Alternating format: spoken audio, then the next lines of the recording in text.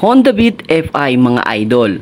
Umaandar yung motor, pero hindi tumatakbo yung motor. Haha, ang gulo no? So bakit kaya? Well, yan ang aalamin natin sa video na ito. Ayan, so kung gusto mo na umpisahan natin to, then let's go. Tara na.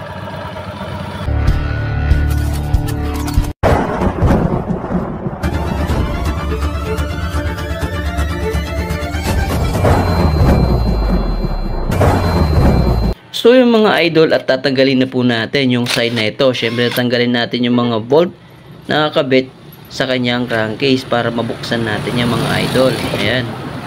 So 8mm po yan mga idol. Yun no. Alright. So tanggalin muna natin. Ano lang mag-iwan bundle? Ano lang mga masumano pala. Muro na kapayarapin, doon na tawag.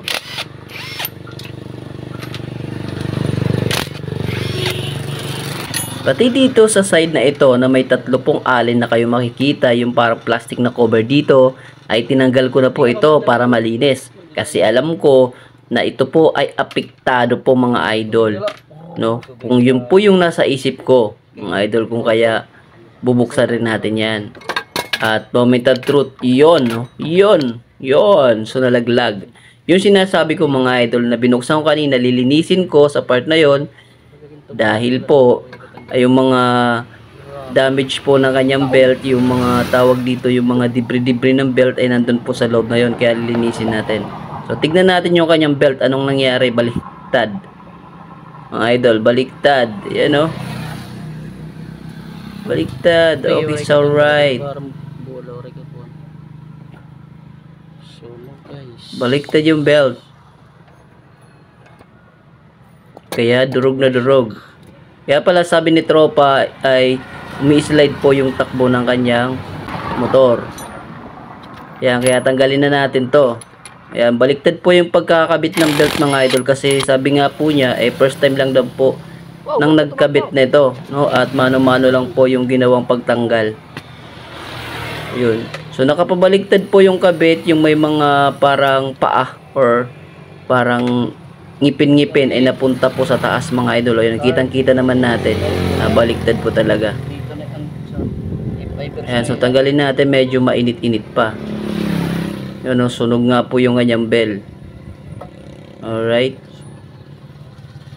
Tapos pansin ko po dito yung kanyang clutch medyo manipis na, kasi sabi ni tropa to the white original pa, no? Hindi pa siya nagpalit.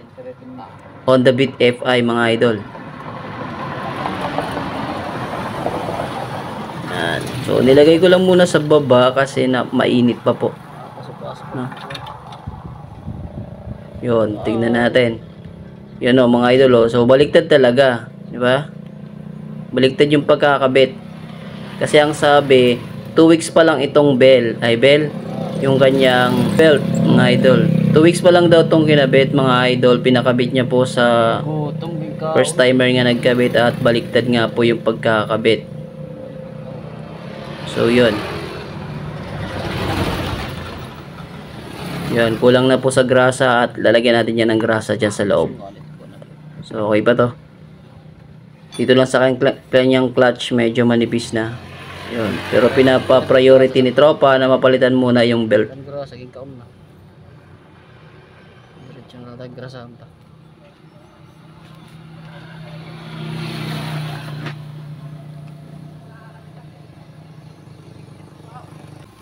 Yun, buksan na po natin dito para makita natin kung ano yung damage yung meron dito sa loob na to.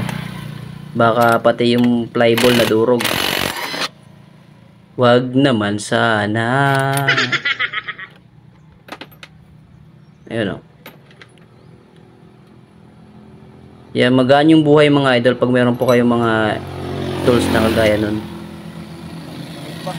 Sa minamano-mano nating tanggal. Pero depende rin sa diskarte nyo. Baka madiskarte ka sa buhay. Madali lang sa'yo yan mga idol. So, syempre, tanggalin na po natin ito ngayon, drive face. Yun.